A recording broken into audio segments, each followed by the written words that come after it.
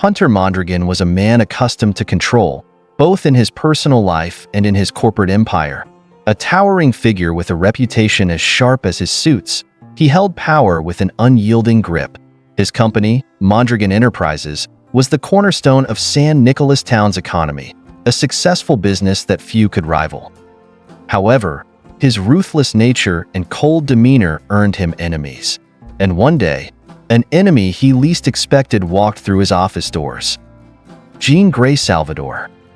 It was a typical morning in his office, a quiet hum of the city's affairs running in the background, when his secretary, the ever-efficient Preki, stepped into his office with an unusual urgency. "Hunter, there's someone here to see you," Preki said, her voice steady yet laced with uncertainty. Hunter looked up from his desk, his expression guarded. "Who is it?" "It's Grey Salvadore," she responded hesitantly. The name hit Hunter like a thunderbolt. Grey Salvadore? His former secretary, the one he had fired without remorse after her father's company pulled out of a major partnership deal. The one whose sharp mind had once posed a challenge and whose presence he had dismissed long ago. "Send her in," he commanded, his voice smooth but firm. Minutes later, Jean walked into the room.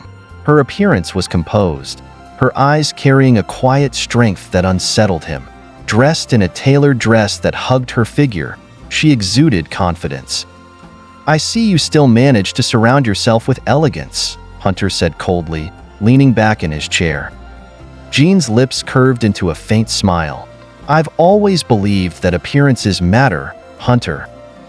Their conversation started tense, but as Jean gradually revealed her purpose, Hunter began to grasp the full weight of the situation. Her father, Salvadore, had returned to San Nicolas Town, eager to restore the partnership they once had. And now, Jean was here, determined to hold him accountable for how he treated her during that time. Hunter knew his actions would have consequences, but he had never imagined this turn of events.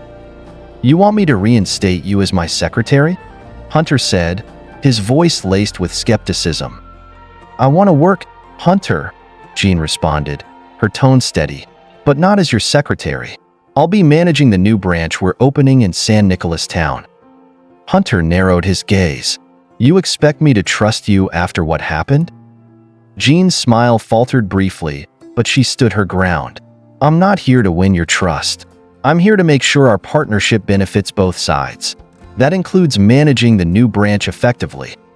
Their standoff lasted for a moment longer before Hunter finally leaned forward, studying her closely. There was something different about Grey Salvadore. She wasn't the same woman he had once dismissed. She had grown, stronger and more determined. "Fine," he said finally. "You'll handle the new branch, but don't expect this to be easy. I don't tolerate mistakes, Jean." She nodded. "Neither do I." With that, their professional relationship was rekindled. But beneath the surface of their renewed partnership lay unspoken tensions and unresolved emotions. Hunter followed Jean to San Nicolas Town. The once sleepy town had undergone a transformation, and it was evident that her vision had been the driving force behind it. Her bookstore stood prominently in the town square, a charming building filled with bookshelves reaching high and cozy corners for visitors to lose themselves in stories. "This is where I'll manage the new branch," Jean said as she showed him around. "It's more than a business for me. It's a place where stories come to life." Hunter observed the town with a critical eye, his past distrust lingering beneath his composed exterior. Every detail seemed meticulously planned, from the layout of the store to the small businesses flourishing around it. Yet, something about San Nicolas Town stirred something within him. The calm atmosphere, the genuine smiles from the townspeople, things he never paid attention to in his fast-paced life back in the city. "I want to know more about the people here," Hunter said, his voice thoughtful. "They seem different." Jean's eyes softened at his words. "They are. This town is special because it feels personal. The people here care about more than just profits. They care about community." Hunter's jaw clenched slightly. It was a stark contrast to his world. A world where every decision was calculated and emotions had little place. Yet, Something about Jean's passion for this town made him want to understand it better. Their first few days at the new branch were filled with challenges. Hunter's presence was unfamiliar, and some employees were hesitant to accept his involvement. But Jean kept pushing forward, guiding them with a steady hand. "We can't let their doubts affect our vision," she told Hunter one evening as they walked through the town streets. "Every step we take is for the future of this place." "I'm not here to be loved, Jean," Hunter responded curtly. "I'm here because I was brought here." Jean stopped walking and turned to him, her expression firm. "You don't have to be liked, Hunter, but you do have to respect what we're building together." Their disagreements were constant, but they were also the beginning of something unexpected, an understanding. Hunter saw Jean's determination as something beyond a simple business endeavor. It was a genuine passion to create, to grow, and to leave a legacy. Throughout those early weeks, they slowly began building bridges, not just between the business and the community, but between themselves. The walls they had both built around their hearts started to crumble, revealing layers of vulnerability beneath. One evening, as they closed the bookstore, Hunter found himself lingering longer than usual. He watched Jean at work, her movements graceful, her smile genuine. For a moment, he didn't see the sharp businesswoman he once knew. He saw someone more, someone who held more than ambition, but a purpose driven by her roots in this town. "Thank you, Hunter," Jean said quietly, breaking the silence between them, "for coming here, for trying." His expression softened, and for the first time in a long while, he allowed himself to feel more than control. "I didn't come here to lose," he said, his voice low but sincere.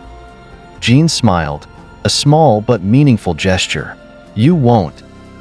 As the weeks passed, Hunter Mondragon and Jean Grey Salvadore continued to navigate the complexities of working together in San Nicolas Town.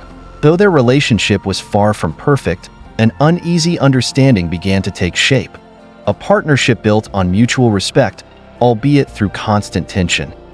Hunter's presence wasn't exactly welcomed by everyone in town, especially by some of the older business owners who held tightly to the values of tradition and community. They saw him as an outsider, a corporate figure trying to change what was familiar to them. Jean, however, stood by his side, constantly defending his involvement and helping him understand the nuances of the town's dynamics. One day, as they walked through the market square, Jean introduced Hunter to several key figures in the community. A few faces were friendly, warm, and welcoming, but others were reserved, skeptical, and outright disapproving. Among the latter was Elias Santiago, the owner of the town's oldest bakery, whose sour attitude towards Hunter was evident. "You'll learn quickly, Hunter," Elias said with a stiff voice. "This town thrives on trust, not numbers." Hunter nodded stiffly, but said nothing in response. Jean gave him a reassuring glance, guiding him gently away from the confrontation. "Ignore him," Jean whispered. "Elias has a long memory, and he doesn't forgive easily." Hunter adjusted his stance, trying to keep his cool, though inside, his patience was wearing thin. "He doesn't have to like me," he said under his breath, "but if he wants to keep his business, he'll have to learn to respect what we're building here." Jean smiled, knowing Hunter's determination. "You'll get there. It just takes time."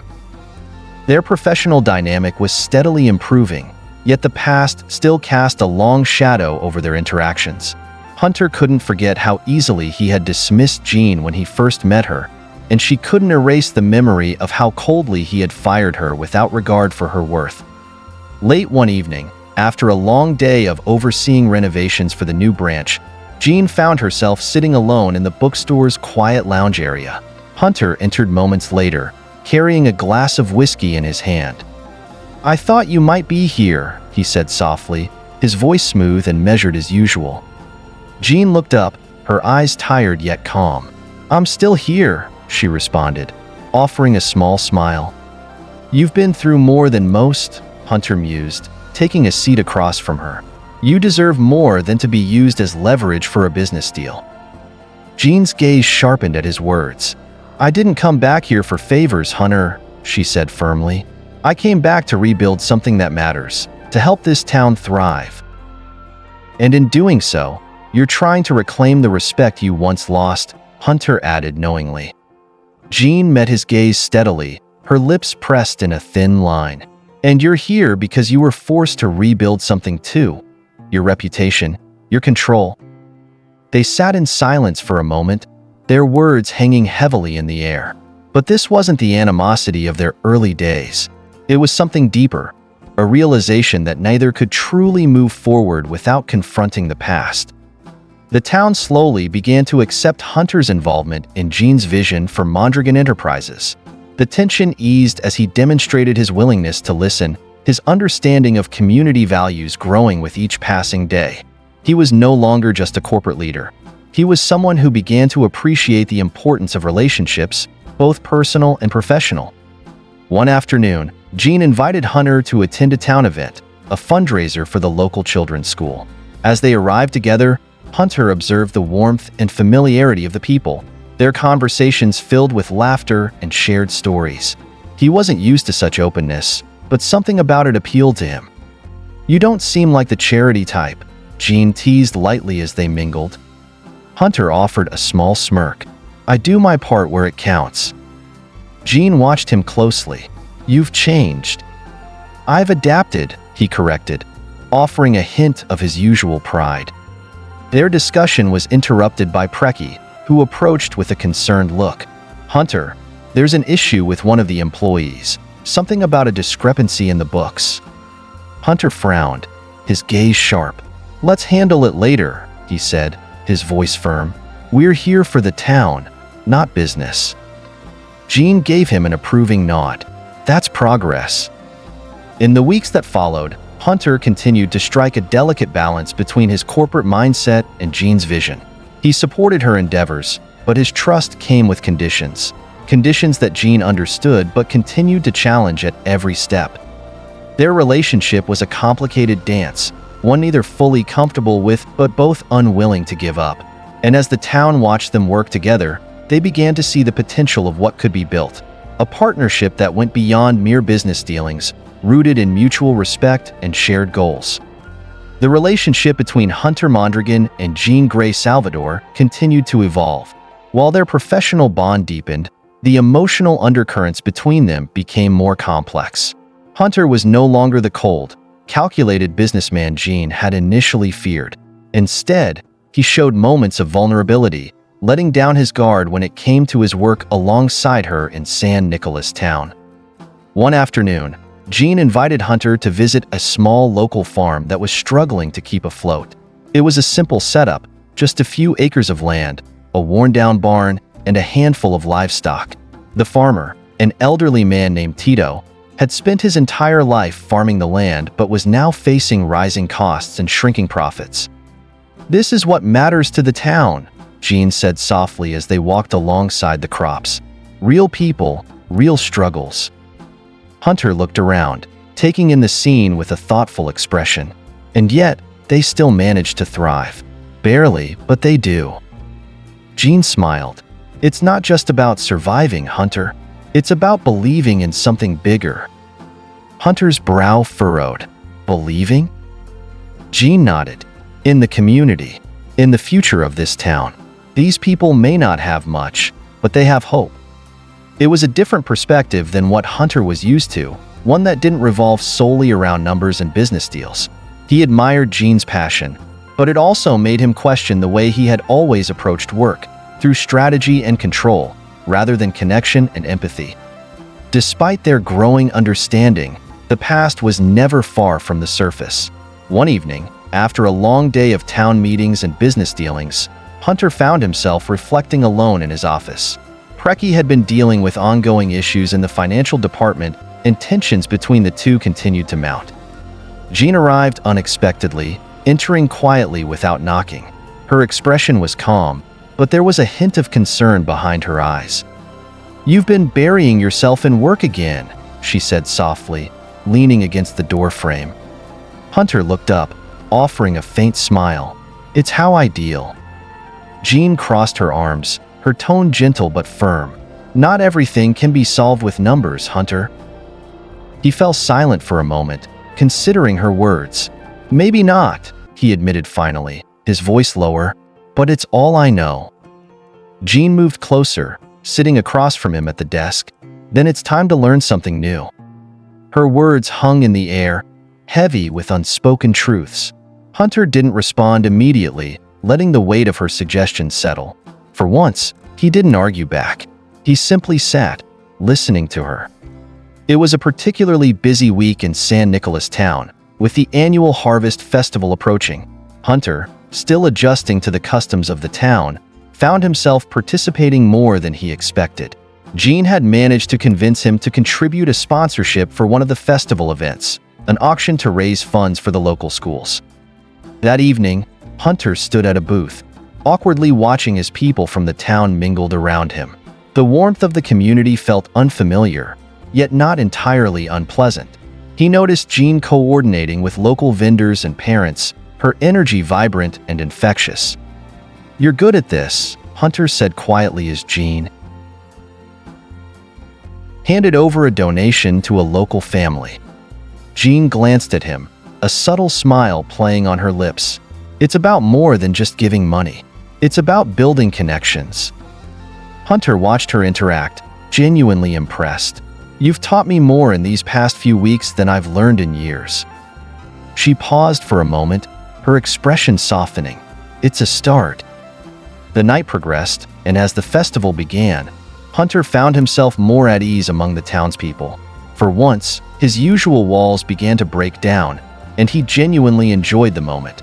Something far removed from the rigid business persona he had always worn. When it was time for the auction, Hunter's sponsorship helped raise more funds than expected. He didn't bid for anything himself, content to observe the event quietly. Jean, standing beside him, smiled as the success unfolded. "This town has a way of changing people," she whispered to him. "It's a place where hearts speak louder than numbers." Hunter nodded, his gaze fixed on the lively crowd. For the first time, he understood what Jean meant. There was a bond here, a sense of purpose beyond simple transactions. And for the first time, he felt like he was a part of something far greater than himself. As the festival ended, Hunter Mondragon and Jean Grey Salvadore continued to navigate the complexities of their relationship, both professional and personal. While the bond between them grew stronger, there were still lingering doubts and unresolved emotions beneath the surface. One evening, after a quiet dinner together at a local cafe, Hunter decided to open up more. They sat by a window, watching the town's lights flicker in the distance. The atmosphere was calm, the kind that invited honesty. "I don't usually do this," Hunter admitted softly, swirling his drink in his hand, "but I want you to know something." Jean leaned forward slightly, her expression attentive. "What is it?" Hunter took a deep breath, his usual composed demeanor softening as he spoke. "Before you, everything was routine, predictable. I thought control was everything." Jean reached across the table, gently placing her hand over his. "It's not always about control, Hunter." "No," he agreed, squeezing her hand lightly. "It's about trust." For a moment, they sat in silence, the weight of their conversation settling in the air. Jean smiled gently, a spark of understanding passing between them. Despite their growing trust, past mistakes continued to haunt both Hunter and Jean. One afternoon, Preki barged into Hunter's office, her face flushed with anger. She had been keeping a close eye on him, and her irritation boiled over when she discovered details Hunter hadn't yet shared. "You can't keep things from me, Hunter," Preki snapped, pacing the room. "Jean is powerful, and her father won't forgive what you've done." Hunter sat calmly behind his desk, his expression unreadable. "What I've done is in the past," he said simply. "She doesn't need to know everything." Preki narrowed her eyes. "But she should know. You're setting yourself up for disaster." Jean's voice interrupted from the doorway, calm yet firm. "Whatever it is, it's between you two. But I'm not naive, and I don't need to be protected."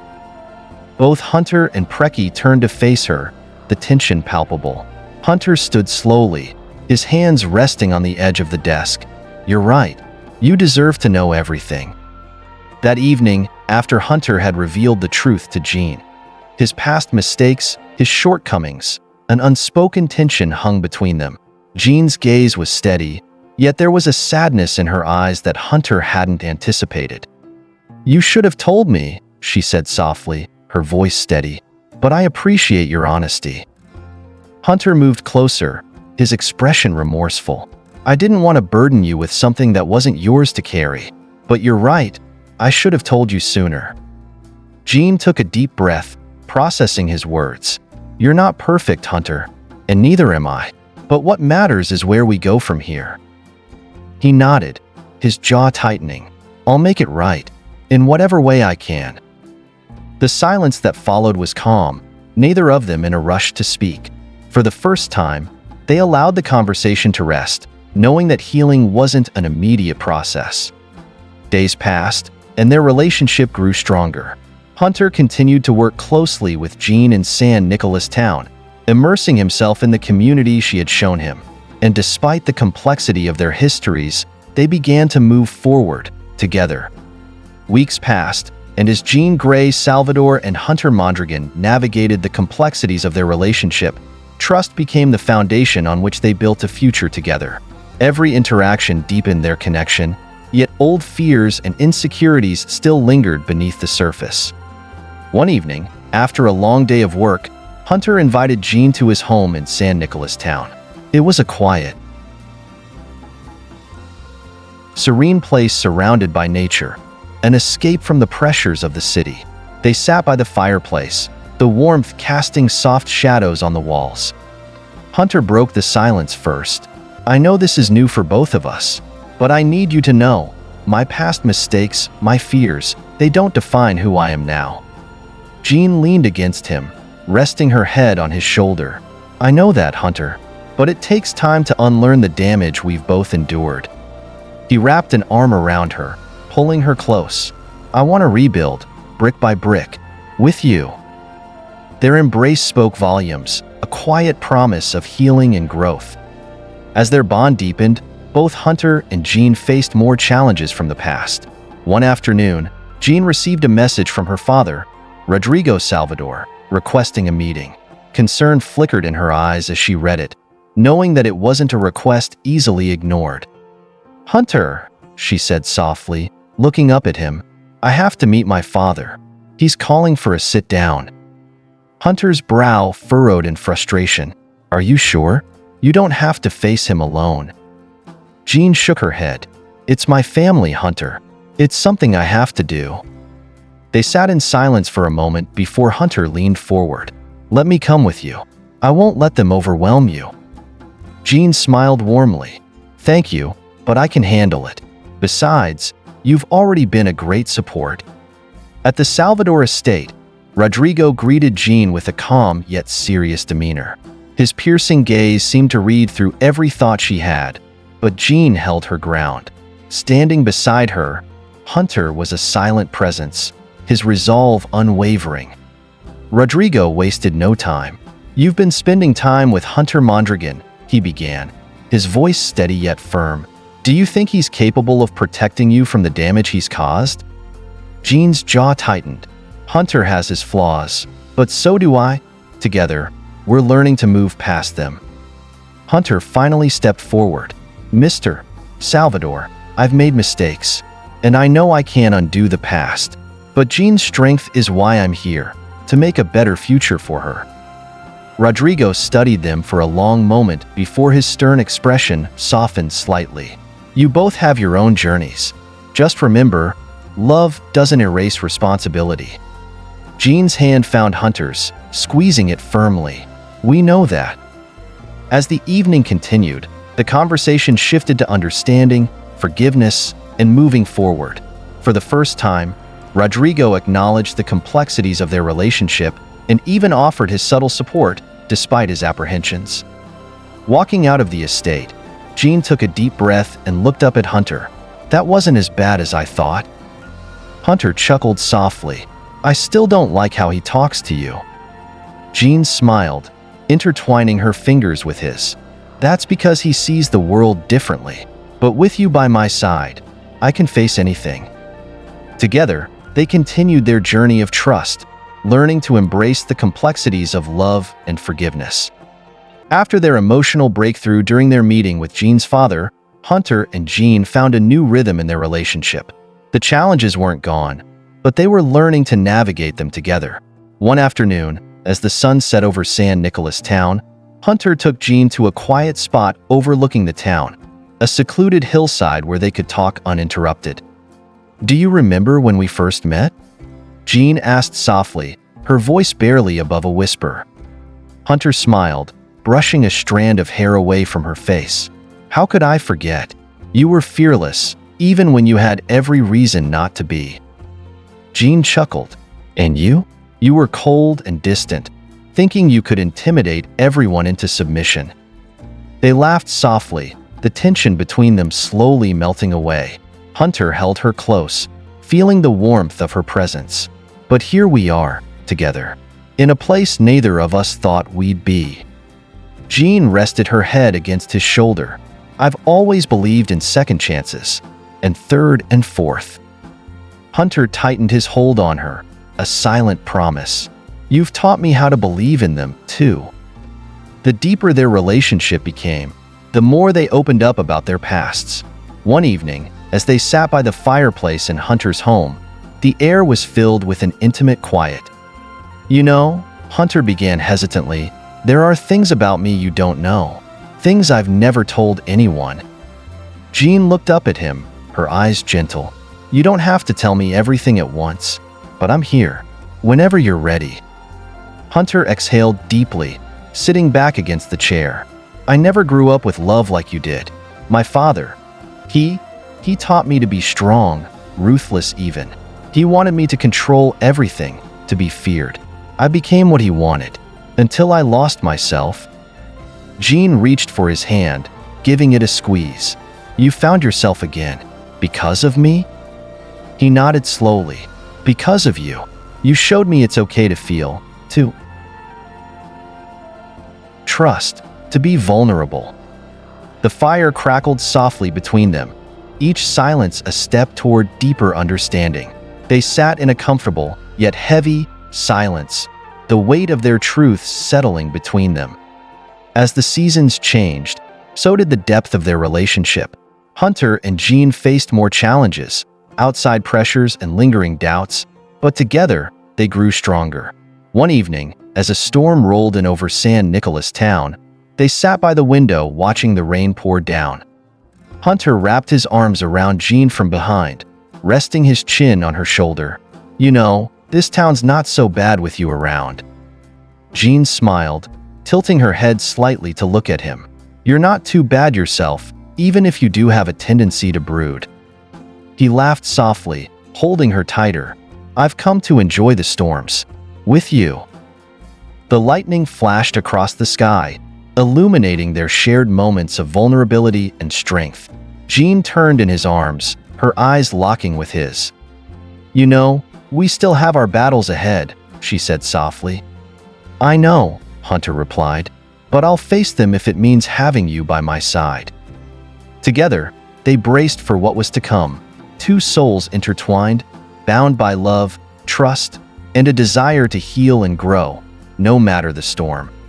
The tension between Hunter and Jean had grown thicker, fueled by unresolved issues from the past and present misunderstandings. One afternoon, after a heated exchange during one of Hunter's business meetings, they found themselves back at his home, alone in the quiet. Jean sat on the edge of the couch, her fingers lightly tracing the fabric, while Hunter paced back and forth, his frustration simmering just beneath the surface. "Why do you always assume the worst, Hunter?" Jean finally broke the silence. He stopped mid-step and turned to face her, his jaw clenched. "Because that's all I've ever known. People walking away, leaving me to clean up the mess." Jean's heart ached at his words, but her voice softened. "I'm not going anywhere. You have to trust me." "I want to trust you," he admitted, his voice a whisper. "But it's hard when everything inside me screams that I'll mess it up, that I'll lose you." Jean stood up, closing the space between them. "You won't lose me. You have to believe that. We're in this together." Hunter closed his eyes, breathing in her words. Slowly, he reached out for her hand, holding it tightly in his. Together, he repeated, no matter what. The next few days were tense, but they began to mend their rift. They spent more time in quiet moments, learning to communicate better. One evening, they sat side by side in the garden, where the only sound was the hum of insects and the soft rustling of leaves. I didn't think I'd feel this way again, Hunter murmured, his voice barely audible as he gazed at the sky. Jean rested her head on his shoulder. Sometimes, the hardest journeys lead to the greatest discoveries. Hunter let out a low, contented hum, his fingers intertwined with hers. And what we're discovering, it's worth it. They sat in a comfortable silence, each moment a reminder of how far they had come. As the days turned into weeks, their relationship solidified. Hunter and Jean faced the challenges of blending their lives and finding common ground, but they did it together. One evening, as the sun dipped below the horizon, Hunter sat at his desk, working through some final touches on a new project. Jean, meanwhile, was in the living room, quietly reading a book. Hunter paused for a moment, looking up to see Jean from across the room. A smile spread across his face, a genuine, peaceful smile.